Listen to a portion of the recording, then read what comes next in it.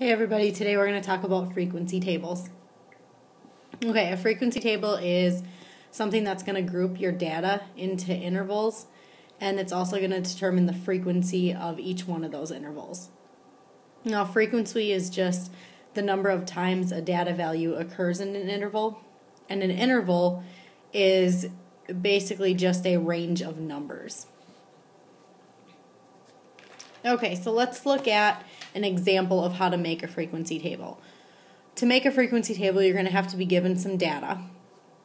And we're given a list of home runs here per season that people have gotten. So the first thing before you even start your frequency table is you want to list your data in order from least to greatest if you're not already given that. So I'm going to go ahead and do that here.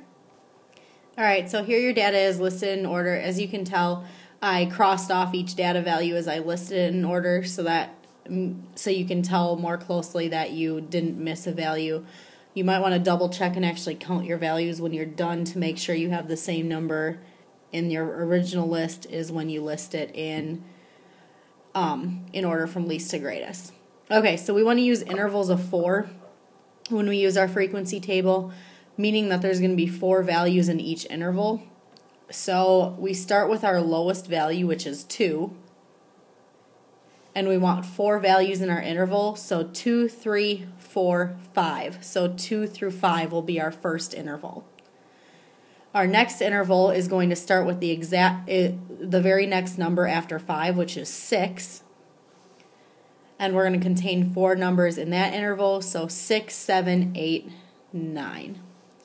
Now, even though my list of home runs does not have a 6 in it, we still need to include 6 in our intervals, and we never skip a number. So that would mean that no matter whether there's a 10 in our data values or not, our next interval is going to start with 10. So our next interval has to have 4 values in it as well. So 10, 11, 12, 13. Our next one's going to start with 14. We have 14, 15, 16, 17. Now, as you can tell, our highest value is 17 here. So we can actually stop here with 4 intervals. All right. Now the next part is actually just grouping your numbers. So my first interval is 2 through 5.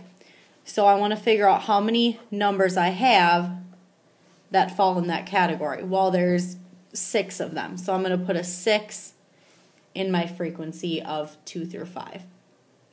Then I look at 6 to 9. Well, I have 4 values that fall in that, so I'm going to put a 4 in that column. And I have 2 values that fall in the range from 10 to 13. And I have 2 values that fall in the range from 14 to 17. And your last thing that you want to do when you make your frequency table is put a heading on your frequency table. So, home runs. And that's what your frequency table should look like. Okay, I'm going to do the exact same frequency table here, except I want to use intervals of, let's go 8 this time. So I want to use intervals of 8. Okay, well, that's going to change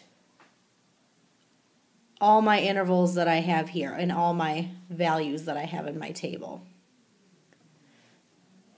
I'm just going to redraw the whole table here.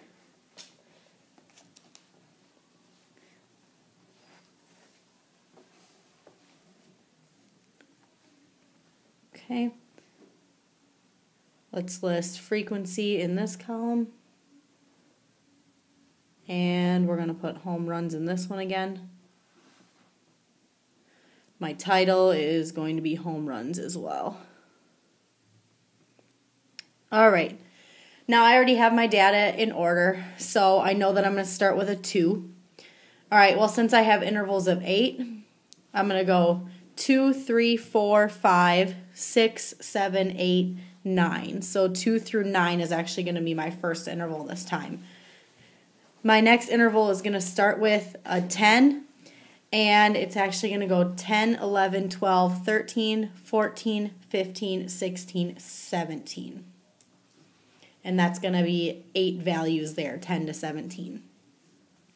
And we already know that our highest one is 17, so we actually only need 2 different intervals this time, and we're good to go. All right, so we have 2 through 9. We're going to have 10 values, or 10 numbers, and from 10 to 17, we're going to have 4 numbers. So our frequency table, when we have intervals of 8, actually only has 2 different intervals. So the relationship that we're looking at here is the higher the number of in the intervals, the lower the number of intervals that you have. All right, and there is your second frequency table. Okay, let's look at another example here. Once again, first thing you want to do is put your data in order.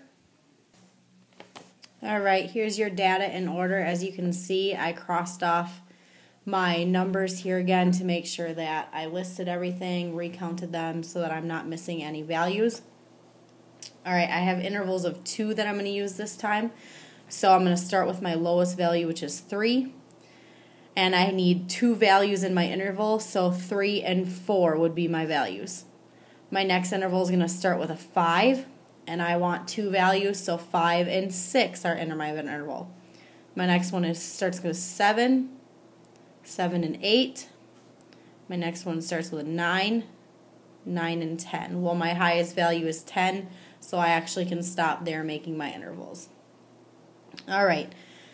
Now I'm going to figure out how many numbers between 3 and 4 I have. Well, I only have 1. Numbers between 5 and 6, I have 4 of them.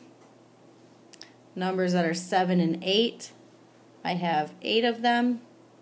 And numbers 9 and 10, I have 4 of them. Finally, put a heading on your frequency table. Make sure you have scores and frequency as headings in your columns, and your frequency table is done. When you're making your intervals, an easy way to figure out how many numbers need to go in the actual interval is actually just count the numbers on your fingers and get that many in your interval. Easiest way to do it.